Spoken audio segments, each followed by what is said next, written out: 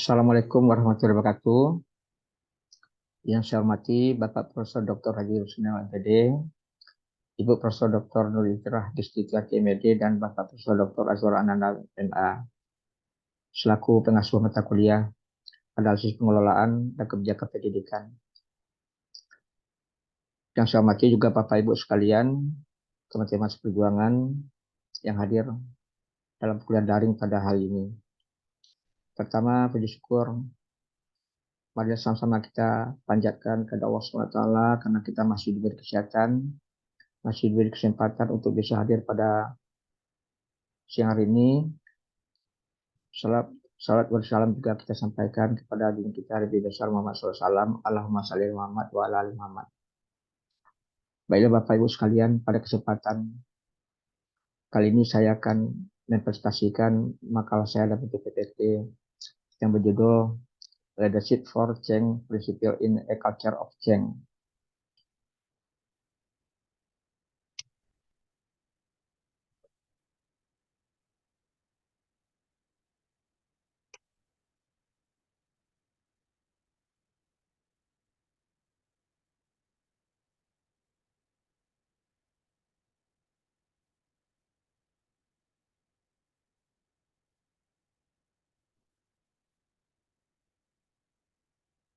Nah, Bapak Ibu, ada sedikit gangguan dalam penyajiannya.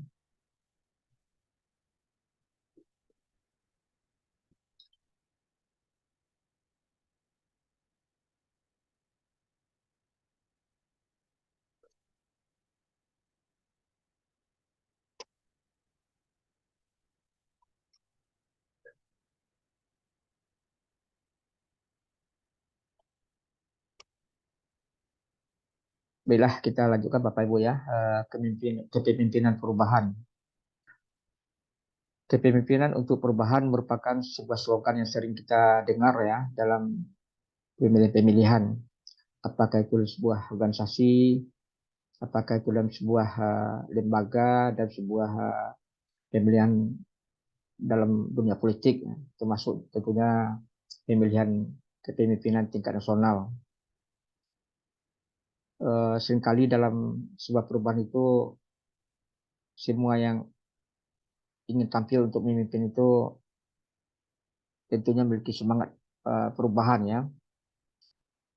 Harapan juga terkadang diletakkan kepada orang yang akan memimpin itu bahwa mereka akan mampu memberikan sebuah perubahan terhadap lembaga atau organisasi yang mereka pimpin.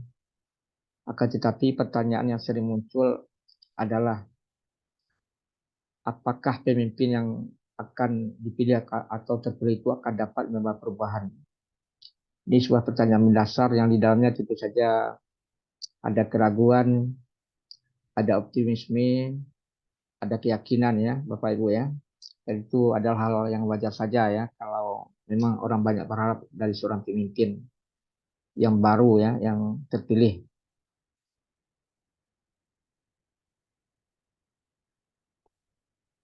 Ya, kemudian kita lihat ini menyangkut apa itu poin kepemimpinan perubahan dalam sebuah organisasi. Sebetulnya kalau kita bicara organisasi termasuk sekolah juga tentunya nanti, kalau kita bicara mengenai kepemimpinan perubahan dalam organisasi, ini adalah menyangkut kemampuan pemimpin untuk membawa perubahan sebuah organisasi ke dalam kondisi yang lebih baik secara lebih efektif. Jadi kalau misalnya seorang pemimpin tidak mampu melakukan ini, maka kita tentu tidak bisa menyebut pemimpin itu adalah seorang pemimpin yang melakukan perubahan. Kepemimpinan perubahan itu juga nanti akan terlihat dari bagaimana pemimpin itu dapat mendorong serta mendukung kreativitas untuk membantu pengikut organisasi agar lebih mudah menerima serta siap untuk berubah. Jadi kemampuan mendorong dan mendukung kreativitas itu juga menjadi sebuah penanda dari kepemimpinan perubahan. Kemudian pun ketiga yang juga bisa lihat nanti pemimpin perubahan itu adalah yang mampu nanti memfasilitasi, mendukung serta mengembangkan kemampuan untuk perubahan. Ini yang dikatakan oleh Bishop. Jadi pemimpin itu tentu nanti mampu mendukung, mampu mengembangkan kemampuan-kemampuan yang dibutuhkan untuk sebuah perubahan, sehingga muncul sebuah desa Bapak Ibu ya, bahwa semakin kuat kepemimpinan seseorang itu dalam melakukan tindakan untuk perubahan, maka semakin tinggi tingkat tercapainya perubahan organisasi, dan sebaliknya juga seperti itu. Jadi artinya jika semakin lemah kepemimpinan seseorang ya dan melakukan tindakan untuk melakukan perubahan, maka semakin rendah pula tingkat tercapainya perubahan itu sendiri. Ini semacam uh, mungkin bisa juga kita sebut sebagai sebuah hukum Bapak Ibu ya, dan sebuah kepemimpinan perubahan. Kemudian kita masuk kepada hal yang lebih khusus lagi menyangkut kepemimpinan perubahan di sekolah. Sekolah sebagai sebuah organisasi pendidikan senantiasa menghadapi perubahan-perubahan, mencakup berbagai hal. Paling tidak ada 3 yang berubah itu. Pertama manusianya, kedua strukturnya, dan ketiga adalah teknologinya. Jadi perubahan-perubahan mencakup manusia, struktur, dan teknologi ini adalah hal yang esensial yang kita temukan dalam sebuah organisasi pendidikan di sekolah. Dalam hal ini tentunya kepala sekolah sebagai seorang pemimpin harus fokus untuk menggerakkan pendidikan dan tenaga kependidikan dalam melakukan perubahan yang tiada henti guna meningkatkan kualitas pembelajaran. Jadi sebagai pemimpin, kemampuan menggerakkan followernya ya, tentu di sekolah itu nanti akan berdapat dengan tenaga pendidik, dengan orang-orang lainnya, termasuk juga tentu tenaga administrasi ya, yang juga perlu digerakkan oleh seorang kepala sekolah bagaimana nanti bisa mencapai tujuan-tujuan yang diharapkan, terutama tentunya nanti untuk peningkatan kualitas pembelajaran. Seorang kepala sekolah yang personal dan mendapatkan kepemimpinan perubahan akan mempengaruhi secara signifikan kinerja mengajar guru. Jadi artinya ada hubungan Bapak Ibu ya, ada relasi. Kalau seorang kepala sekolah itu personal dalam mendapatkan kepemimpinan itu tentu akan bisa mempengaruhi terhadap kinerja guru dan juga orang-orang yang berada di lingkungan sekolah nantinya. Kita lanjut Bapak Ibu ya. Menurut Mbak Fadal tahun 2016 ada beberapa tugas kepala sekolah sebagai pemimpin perubahan. Yang pertama adalah menatap masa depan dan merancang perubahan guna mengantisipasi masa depan. Jadi seorang kepala sekolah itu dia menatap ke depan bukan ke belakang Bapak Ibu ya. Menatap ke depan dalam merancang perubahan dan juga untuk mengantisipasi masa depan. Jadi di sini tentu maksudnya visi ya, bagaimana seorang kepala sekolah itu dia mampu memiliki visi jauh ke depan sehingga dia bisa merancang perubahan-perubahan apa yang akan dia lakukan. Di samping itu juga dia harus mampu menginspirasi para guru untuk menatap masa depan agar melakukan perubahan. Jadi tidak hanya untuk dirinya tapi juga untuk keluarganya Bapak Ibu ya. Bagaimana seorang kepala sekolah itu mampu memberikan inspirasi dan juga tentunya mampu memotivasi guru dan orang-orang yang berada di lingkungan sekolah itu untuk menatap masa depan agar nanti mereka mau dan mampu untuk melakukan perubahan.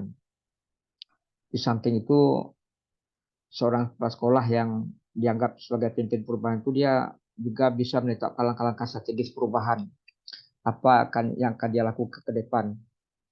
Artinya dia punya rencana, punya pemikiran, dan kemudian juga menetapkan langkah-langkah strategis bagaimana mencapai apa yang mungkin jadi gagasannya, jadi gagasan menjadi rencananya itu. Di samping itu nanti tugas kepala sekolah itu juga melakukan perubahan. Jadi melaksanakan perubahan itu adalah kepala sekolah itu dia dianggap sebagai pelaksana ya, karena dia adalah leader ya, karena dia di sekolah itu merupakan pemimpin tertinggi, makanya dia adalah pelaksana perubahan.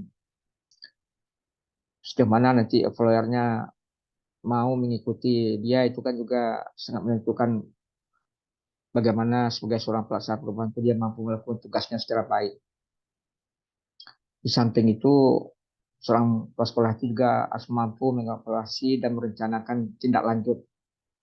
Jadi artinya ketika melakukan sesuatu itu sebuah program lah atau sebuah rencana yang sudah diterapkan, nah, seorang kepala sekolah itu ketika melakukan implementasi sebuah rencana itu harusnya juga melakukan evaluasi.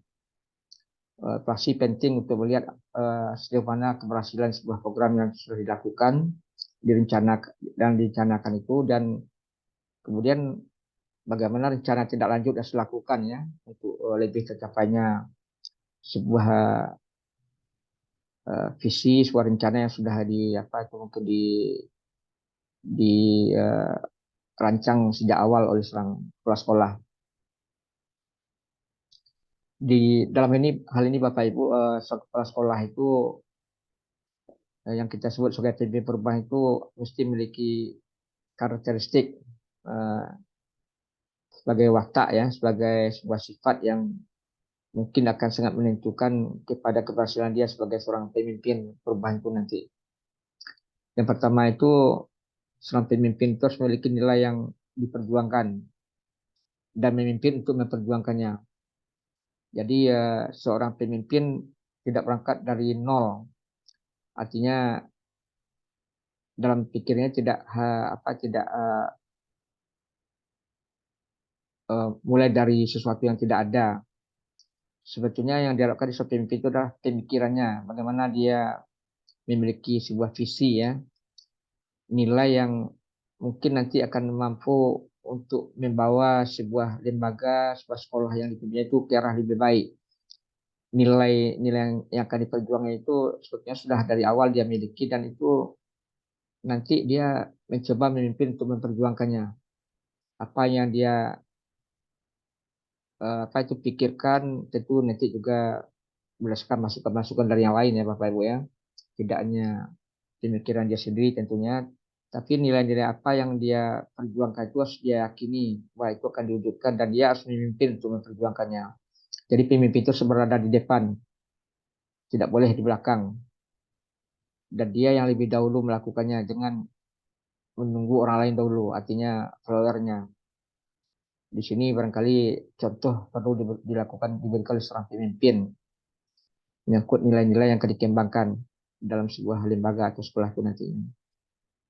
Di sinilah dibutuhkan visioner ya, Bapak Ibu ya, visi. Di mana nanti visi seorang kepala sekolah itu, seorang pemimpin perubahan itu akan diperjuangkannya, dijabarkannya dalam bentuk visi sekolah.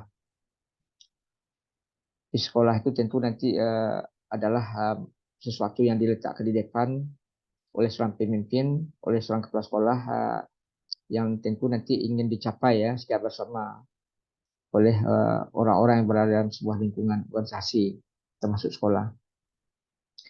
Di samping itu, karakteristik yang juga penting dimiliki seorang pemimpin adalah dia memiliki idealisme dan karakter jujur.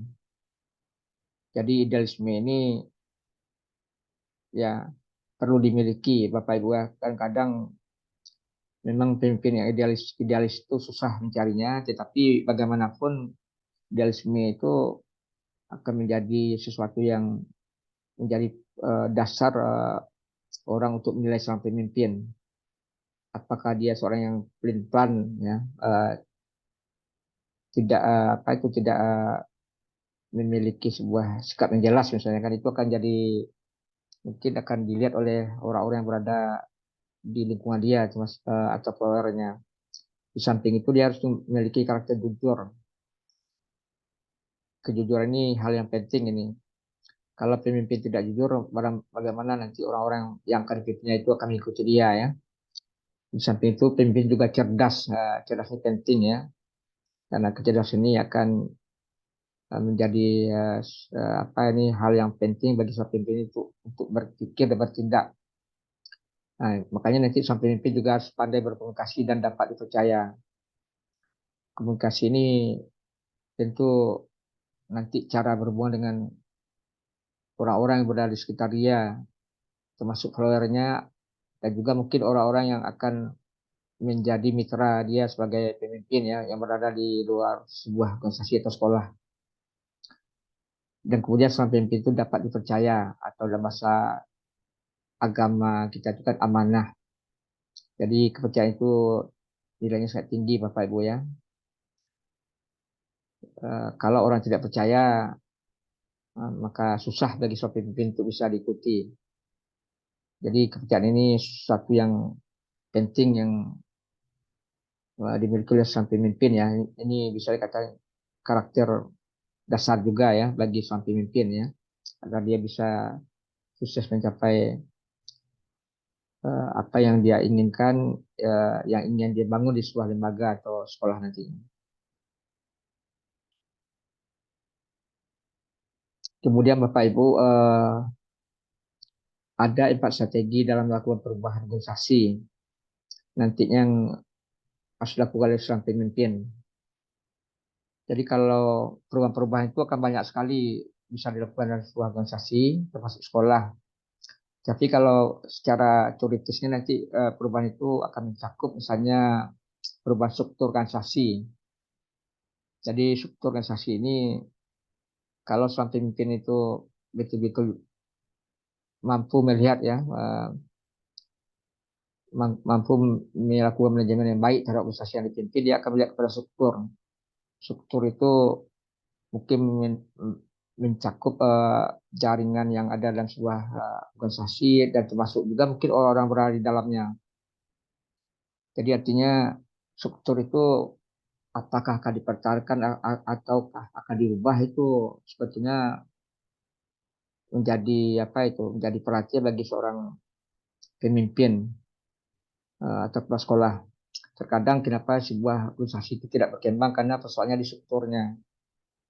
Apakah strukturnya terlalu rumit atau strukturnya itu tidak menunjukkan ada hubungan satu sama lain itu, atau komunikasinya tidak terbangun melalui struktur yang ada itu perlu diperbaiki, atau strukturnya itu sendiri yang perlu ditambah atau dikurangi. Nah, ini tentu akan menjadi strategi penting bagi seorang pemimpin ketika dia akan melakukan sebuah perubahan organisasi. Kemudian juga perubahan teknologi. Di Bapak Ibu sekalian, teknologi ini selalu berubah, selalu berkembang. Jadi kalau misalnya seorang pemimpin tetap misalnya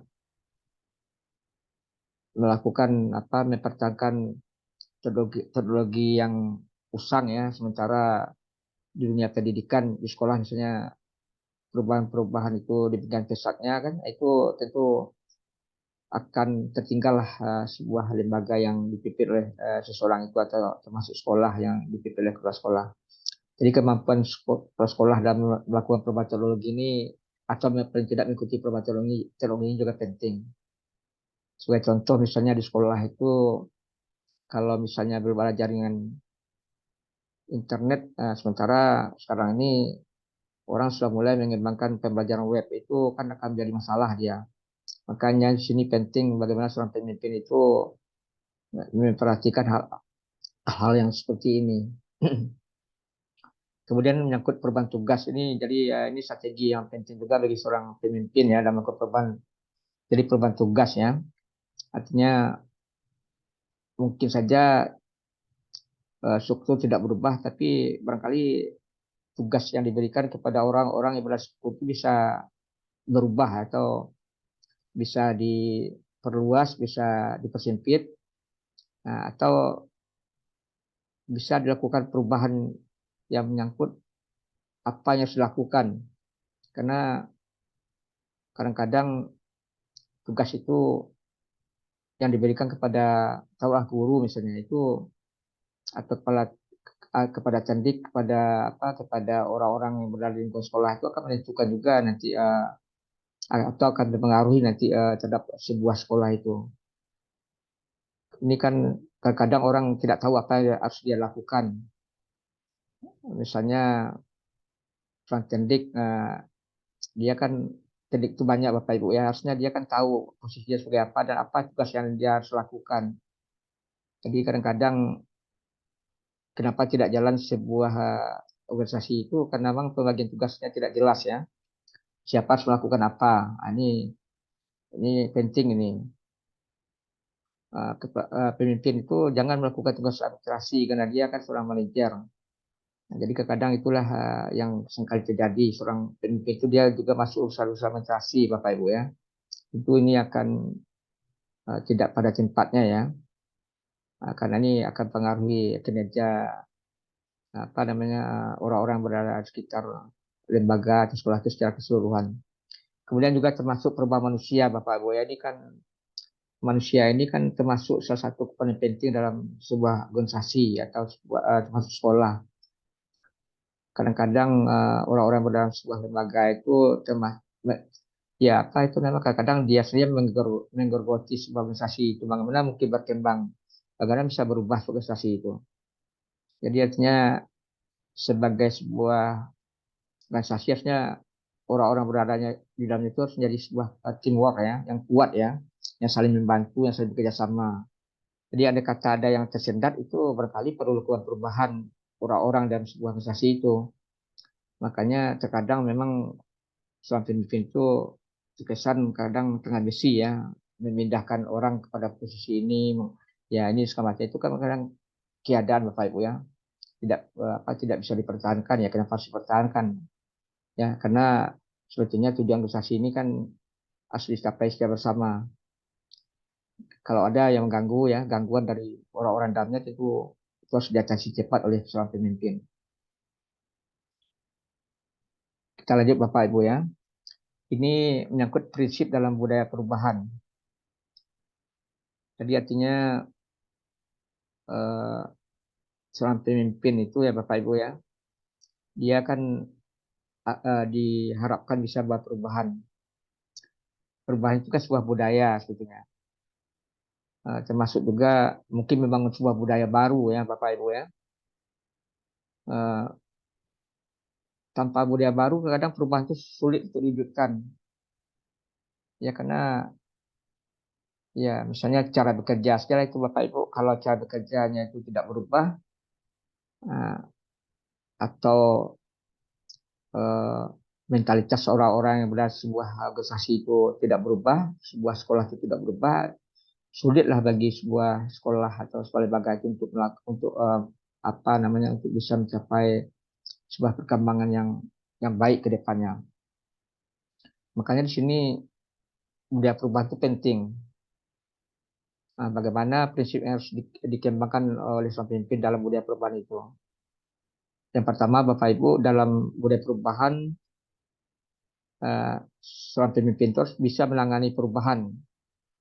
Nah, ini artinya dia harus bisa melihat perubahan, melakukan perubahan, dan dia harus dia yang memimpin untuk melakukan perubahan itu.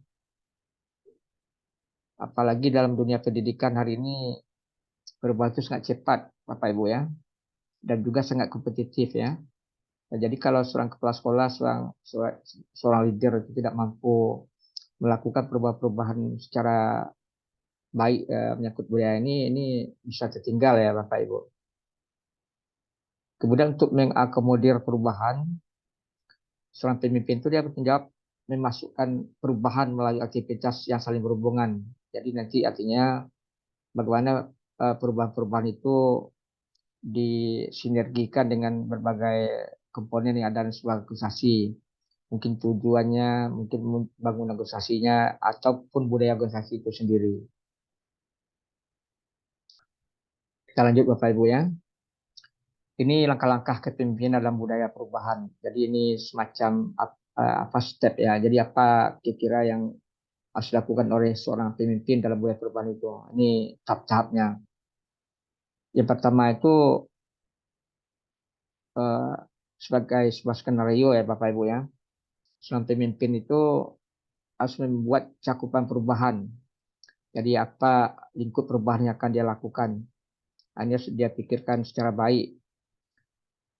Kemudian mengatur tujuan strategi selanjutnya. Jadi apa ini yang akan dia lakukan, bagaimana cara mengerjakannya, karena ini perlu strategi. Kemudian juga memberikan pengertian jelas tentang arah pembinaan organisasi dan hasil yang diharapkan. Nah, ini langkah pertama. Yang kedua itu nanti membentuk budaya organisasi. Nah, jadi nanti budaya organisasi itu dibentuk Bapak Ibu ya.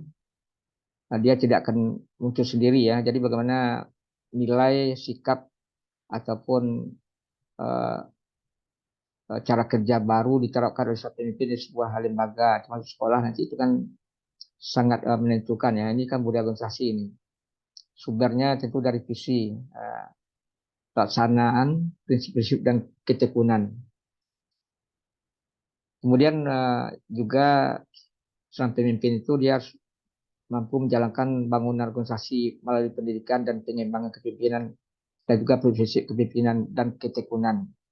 Jadi ini yang pertama tentu membuat dahulu cakup perubahan, lalu membentuk budaya baru, budaya organisasi, dan yang ketiga nanti menjalankan bangunan organisasi. Jadi ini menggerakkan Bapak Ibu ya, bagaimana organisasi digerakkan melalui pendidikan.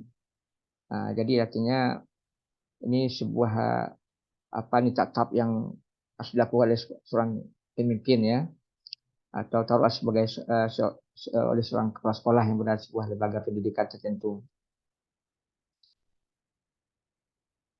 Kemudian jadi ini apa prinsip kepemimpinan yang sedang dan akan mengalami proses perubahan. Nah, jadi apa prinsip yang harus dipegang oleh seorang pemimpin yang sedang atau akan mengalami proses perubahan itu? Pertama, yang penting dilakukan adalah membangun semangat. Jadi motivasi. Pemimpin yang baik itu dia harus mampu memotivasi followernya, orang-orang yang berada di dalam pengawasannya, yang berada dalam lingkungan pengaruh dia ya, dan tanda kutip Bapak Ibu ya.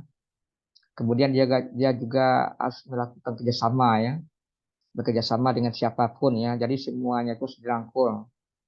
Seorang pemimpin itu tidak boleh dia membeda-bedakan orang ya. Nah, sekalipun nanti mungkin ada orang yang tidak suka dengan dia. Yang paling penting itu karena dia bisa mengajak orang, termasuk yang tidak suka dengan dia itu mau bekerja sama. Kemudian menyampaikan hasil. Jadi artinya seorang pemimpin itu dia harus terbuka. Apapun yang ada, apapun yang dilakukan, nah, itu harus dia sampaikan ya. Nah, misalnya ketika ada sebuah program dilakukan, dia harus menyampaikan hasil sampai di mana program itu sekarang mencapai titik keberhasilannya. Sehingga nanti mungkin saja ada masukan-masukan yang akan diberikan oleh lawyernya atau orang-orang yang berada sekitar dia. Kemudian prinsip yang berikut yang perlu juga adalah membentuk jaringan link ya. Jadi memang seorang pemimpin itu, seorang leader itu dia punya wawasan luas dan juga punya kekuatan untuk membuat jaringan dengan berbagai orang-orang, berbagai organisasi atau kelompok yang berada di luar organisasi atau sekolah yang dia pimpin. Jadi dia tidak hanya melihat ke dalam ya Bapak Ibu ya. Jadi kalau ke dalam saja dia melihat, nah itu sulit untuk berkembang organisasi itu. Dia harus bisa membentuk jaringan eh, network ya, jaring kerja. Apalagi kalau sekolah sekarang ini kan perlu membentuk jaringan dengan dunia kerja ya. Apalagi universitas Bapak Ibu ya. Dunia usaha dan segala macamnya itu. Kemudian kemampuan pengaruh orang lain juga penting ya Bapak Ibu ya. Jadi seorang pemimpin itu dia ya tentu harus didengar Bapak Ibu ya, harus diikuti. Jadi kalau untuk mengikuti atau dengar itu kan harus mempengaruhi orang ya. Nah, bagaimana cara mempengaruhi orang itu kan tidak mudah juga. Tapi seorang pemimpin yang punya visi, yang punya kekuatan, tadi yang strong itu dia bisa pengaruh orang lain ya. Nah, kemudian juga menggunakan informasi. Jadi berbagai macam informasi yang ada itu harus digunakan oleh sang pemimpin untuk bisa menyampaikan apapun kepada orang-orang yang berada di dalam organisasi atau lembaga yang dia pimpin. Jadi informasi ini penting ini karena tanpa jaringan informasi yang jelas, itu nanti akan banyak hal yang tidak apa itu yang tidak mungkin terjadi akan terjadi ya. Apalagi informasinya itu salah ya. Ada kadang-kadang terjadi komunikasi ya, informasi dalam sebuah lembaga itu berbahaya. Makanya transparansi, keterbukaan itu harus dilakukan oleh seorang pemimpin, termasuk kepala sekolah nantinya. Kemudian sifat ya, jadi Bapak Ibu sifatnya harus dikembangkan seorang pemimpin dalam melakukan perubahan. Jadi ini barangkali ya ini penting nih sifat yang harus dikembangkan Bapak Ibu. Jadi seorang pemimpin itu dia harus mau berkorban ya. Pengorbanan ini memang sesuatu yang berat ya, tapi mau tidak mau harus dilakukan oleh seorang pemimpin ya. Misalnya berkorban waktu ya. Terkadang untuk menyelesaikan sebuah pekerjaan itu kan tidak mudah. Dan makanya seorang pemimpin itu tidak mengenal lelah ya, lelah dengan waktu, lelah dengan tenaga. Makanya seorang pemimpin itu kata orang itu orang super kuat ya, karena dia siap uh, berkorban ya, termasuk terkadang ya korban dana juga ya. Ketika anggaran tidak ada, sesuatu harus dilakukan, ya bagaimana ya? Ya tentu pemimpin itulah yang turun dulu.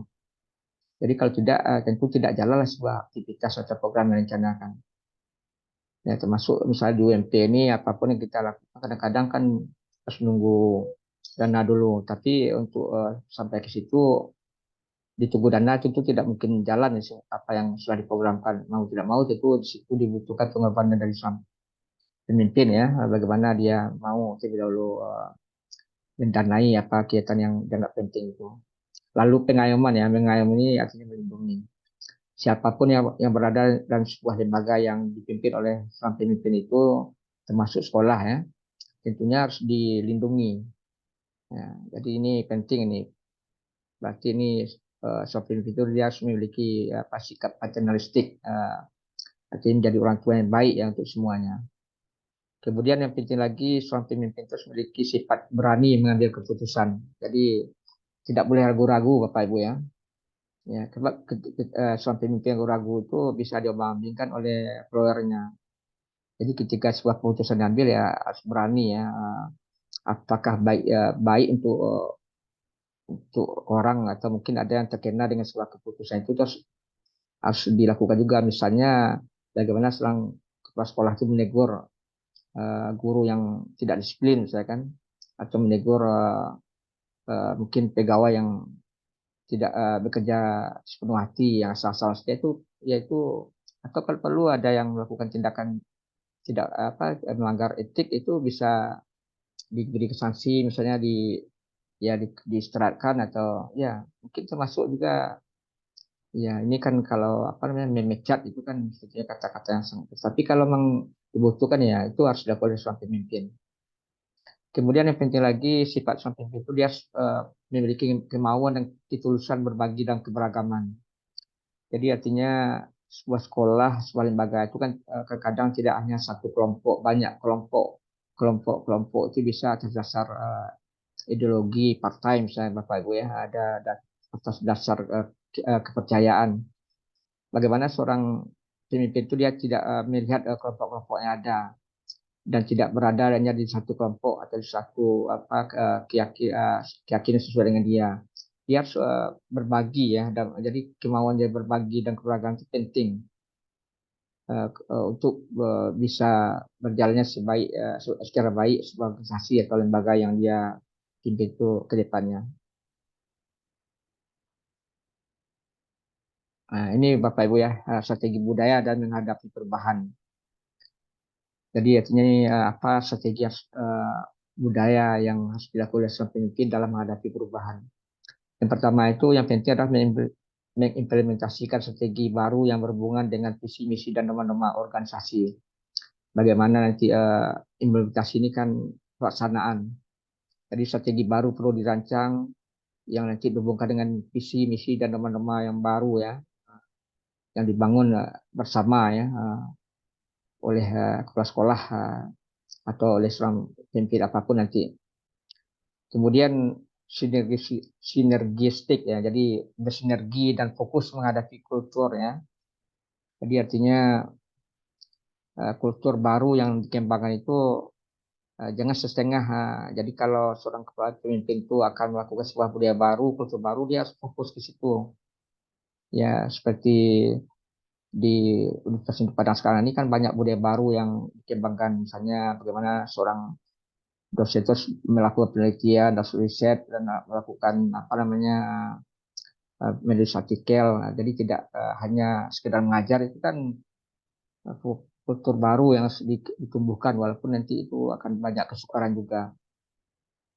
Kemudian melakukan reformulasi strategi atau menyiapkan diri secara cermat menghadapi perubahan jangka panjang sulit. Jadi memang sebuah formulasi pengkajian formulasi strategi baru harus tetap dilakukan oleh seorang pemimpin ya.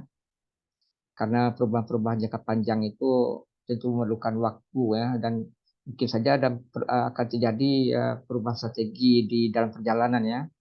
Karena terkadang strategi yang dirancang di awal itu tidak pas ya, mungkin ada yang tidak sesuai, maka itu harus reformulasi lagi.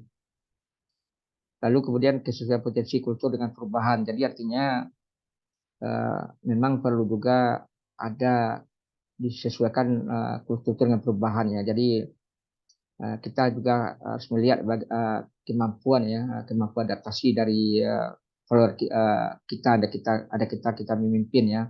Janganlah terlalu dipaksakan. Jadi artinya itu sesuai dengan kemampuan orang-orang yang berada di sebuah organisasi itu. Jadi kalau misalnya perubahan itu terlalu dipaksakan juga kadang-kadang hasilnya tidak terlalu baik, Bapak Ibu ya. Ya, Bapak Ibu ya, itulah kasih makalah saya. Eh, eh, Terima kasih banyak atas perhatiannya. Mohon maaf atas kekilafannya. Saya akhiri dengan mengucapkan Abdul Alamin. Assalamualaikum warahmatullahi wabarakatuh.